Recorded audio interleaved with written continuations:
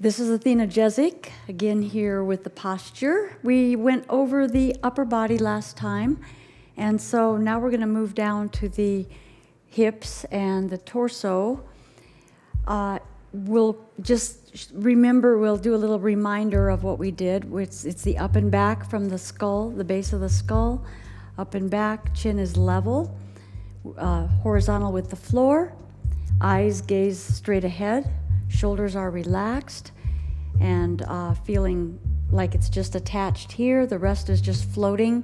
Ribs are oxygen, they're air.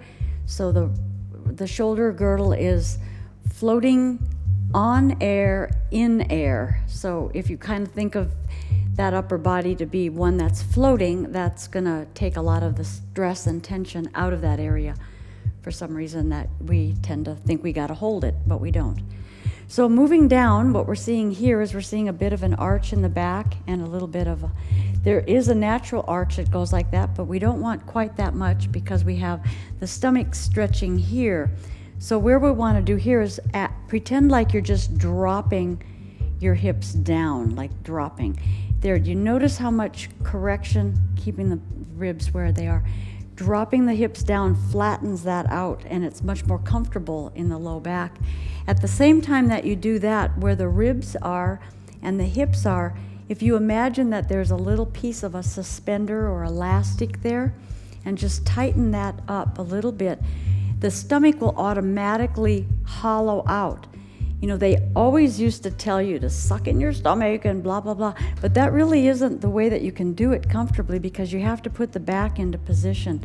So you want to drop that back down, have the rib cage come together, and then check the shoulders, making sure that it's floating, the head and neck being up as strong, and lean the shoulders a little bit more, or the rib cage a little more forward.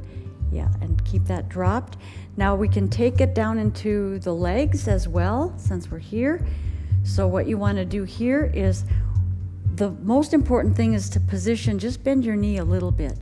Well, what happens here is if you can see, just bend your knee a little bit. Now what's happening here is the knee line is going on right above the toe here. That's not a good sign for the knees. The knee is a hinge joint, and it needs to be lined up with the toe. So you're going to want to make sure that and then you'll move your leg a little from the hip. Yeah, now when she bends the knee, it's over the toe, so she's not going to wear out the knees. So if you can take your other foot there and then it'll probably be awkward at first, but then you can feel how it's going to change the positioning of how you feel with your hips. Shoulders are still relaxed, that's good. Abdomen is coming together, that's good. Knees stay easy. You can stretch them up a little bit, but don't tighten, don't hyperextend the knees. That's one of the big mistakes that people oftentimes make. They hyperextend the knee, which is pushing it back, which makes the back have to arch. So, and then the stomach pop out. So if you just keep the knees easy, you can drop that hip down and then move with a lot more fluidity that way. So that is the better alignment for the lower body, and you want to always pay attention to the knees over the toes. That is really important, because if you constantly are bending or lifting going in, it's a hinge joint. So imagine yourself stepping on or holding onto a door and rocking back and forth on that door. Eventually the hinges are going to give way. And that's the same thing happening here if you're not bending right over those toes. So when you do that, just pay attention that your feet aren't out here coming in like that or going out like that, because you will have problems, serious. And it will go into your knees, it'll be ankles, it'll be knees, it'll go into your lower back. It will eventually work its way up into the head and neck. So that's why posture is kind of boring, but it's also really important. So Lucy looks really good here. Now you can just try to take a few steps and just see how your new positioning feels. If it feels like you're freer, less restricted, just relax a little more. Keep your chin going high. That looks good. How does that feel? It looks pretty good. It feels different? Yeah, it's really good. It's hard for me to keep Yeah, yeah, and there's okay if there's a little turnout. If you do have a little turnout, which is more natural for you, what you want to be careful of is make sure that it's turning from the hip instead of from below the knee, like that. See the difference? Yeah. If you turn it from the hip, then you're still going to be able to bend with the knee over the toe.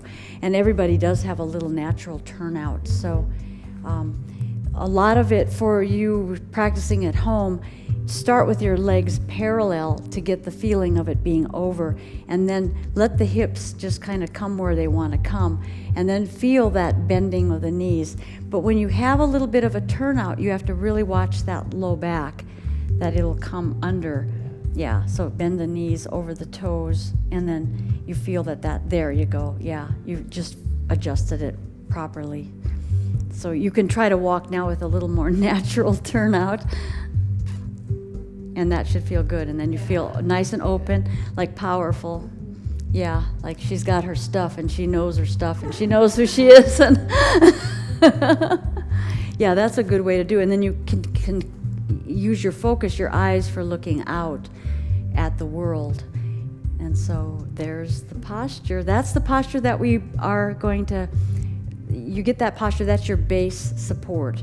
Once you get that and it gets ingrained into your body, then all the rest comes so much easier. So now that you've got a little bit of an idea where we're going with this, let's try it. If you want to, stand up. If you want to, you can. If not, that's fine too. So here we have the posture. Let's just go from the beginning, up at the top of the head. We already have covered this, relaxing the shoulders. And now we want to go and move into the structure. So we want to drop the hips and feel that the rib cage and the hip, the crest of the hip bone and the lower rib are being squeezed together. So you're coming somewhat forward, but not too far forward. Now dropping the hip, there's other ways of saying that. When you do drop the hip or tuck the tailbone or however you do that, you don't want to over tuck, you want to just make it drop. As soon as you feel it drop, the knees should go easy. They shouldn't be able to be straight with a lot of ease there, because you can keep the knees straight, but it's better to let the knees go a little easy. It gives a little more flexibility in the hip. And then we want to look for, where does the knees bending? Check yourself on that. Put your toes down and feet parallel to start with, so they're forward. And then bend down just slightly and look down and see where those toes are. If the big toe is right under your knee, then you're doing good. And then you can stand up and get the hips dropped, get the abdomen pulled in, the ribs in place, the automatic holding of the abdomen. And then you can turn your hip a little bit to a natural turnout, but make sure it comes from the hip itself. And it's not usually a very big turnout, but we do have a little bit of that going on, but it should come from the hips. And then you can bend and straighten and see how that feels, keeping this in alignment. Bend your knees and come up, and then bend even deeper and bend and keep yourself tucked. Yeah, bend and keep yourself tucked and let those legs come over. There you go. There you go. Yeah. Bend and stay tucked. Yeah. See how the back works with all that? And the top of the back is staying nice and still. So you're just isolating the parts that you're moving, and then her neck and head is staying really good.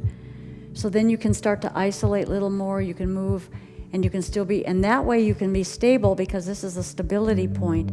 So you're stable, and then you can reach, and you can stay stable on where you're standing.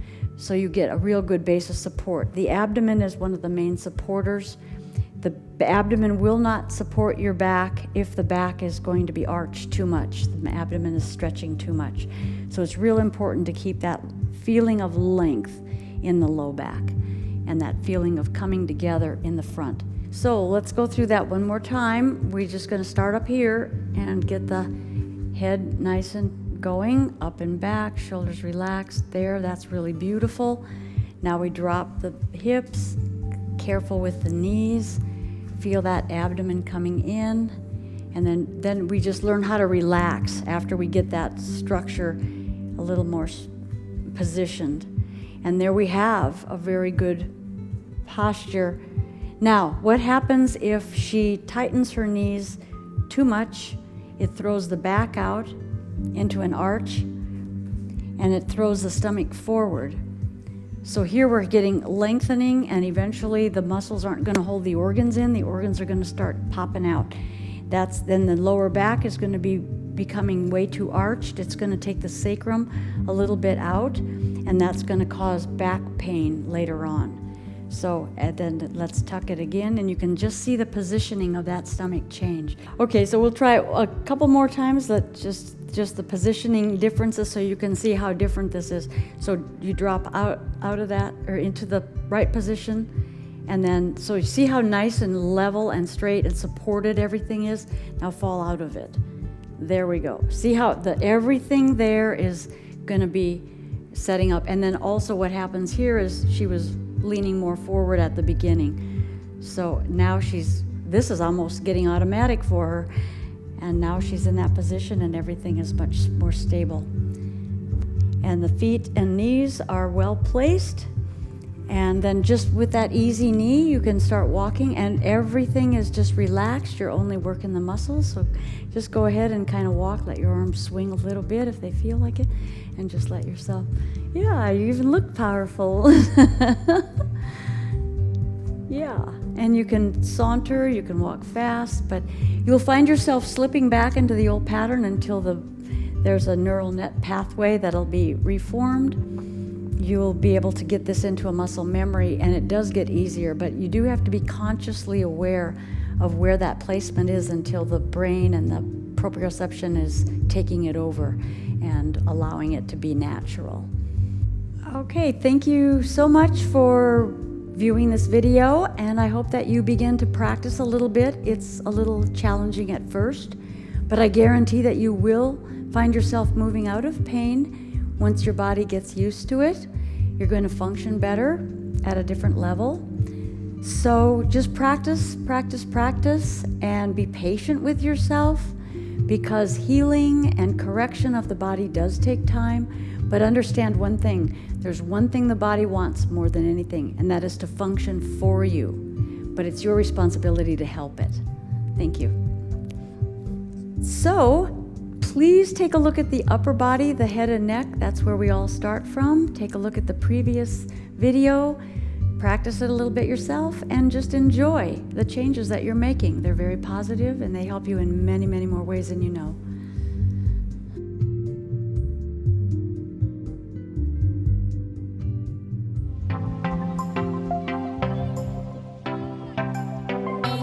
We at Wellness Plus specialize in all things health and wellness, ranging from yoga and fitness to massage and ASMR. Whether you are looking to target specific areas of tension or want to enhance your general self-care routine, we provide the tools you need to feel better, look better, and live better. We have courses for every level, whether you're just starting out or you're a seasoned pro. Our courses provide a wide range in difficulty to accommodate your evolving flow. Wellness Plus is available on Amazon, which you can stream from your home on your phone, tablet, or TV. Join Wellness Plus today and get your first 7 days free.